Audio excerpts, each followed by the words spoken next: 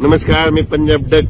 आज आहे 29 मे 2025 आणि मी आता आहे माझ्या गावाजवळ आणि आमच्या गावाजवळ बघा कसा पाऊस पडलेला आहे। म्हणजे जवळपास 250 मिलीमीटर पावसाची आतापर्यंत नोंद झाली। इतका पाऊस म्हणजे पावसाळ्यात दरवर्षी पावसाळ्यात अर्धा पडतो आणि या ठिकाणी पाहू शकता म्हणजे वापसा होणं तर शक्यच नाही। आणि या ठिकाणी आपल्या महाराष्ट्राच्या शेतकऱ्याला एक आनंदाची बातमी देणार आहे, कारण की इतका पाऊस पडायला मग हे बंद कधी होणार आहे।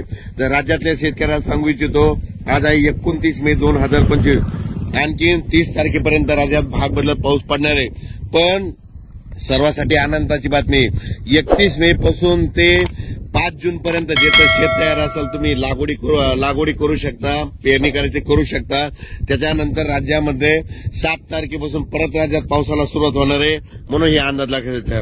7 जूनला परत वाढणार आहे, 8ला त्याच्यापेक्षा वाढत जाईल, 9, 10, 11 असं वाढत जाणार आहे, म्हणून हे अंदाज लक्षात घ्यायचा।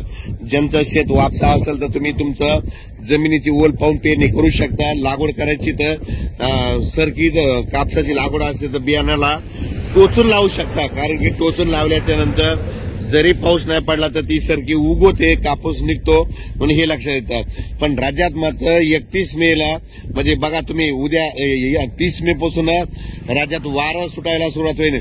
असं जोराचं वारं वाईल, म्हणजे ते वारं जवळपास 5 तारखेपर्यंत 6 तारखेपर्यंत आणि 7 तारखेला परत राज्यामध्ये ठिकठिकाणी भाग बदलत पावसाला सुरुवात होणार आहे, म्हणून हा अंदाज लक्षात येतो। सांगायचं झालं तर तो पाऊस पूर्व विदर्भ, पश्चिम विदर्भ, मराठवाडा, पश्चिम महाराष्ट्र या ठिकाणी जरा जास्त प्रमाणात आहे, म्हणून हे अंदाज लक्षात येतात।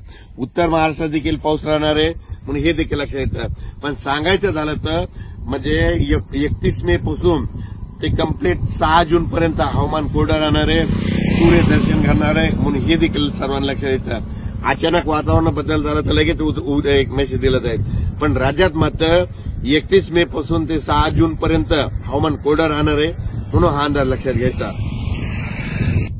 शेत दुरुस्त असेल तर तुम्ही तुमच्या जमिनीची ओल पहा, पेरणी होत असेल तर पेरा, म्हणजे मूग पेरायला जमतं, उडीद देखील पेरायला जमतं।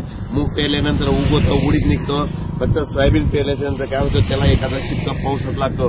आणि कापूस लागवड करायची असली तर काय करा, असं टोचून बी लावा। टोचून बी लावल्यानंतर पाऊस जरी नाही पडला तर ते कापूस निघतो, म्हणून हे लक्षात येतं। अचानक वातावरण बदल झालं तर उद्या लगेच एक मेसेज दिला जाईल। धन्यवाद।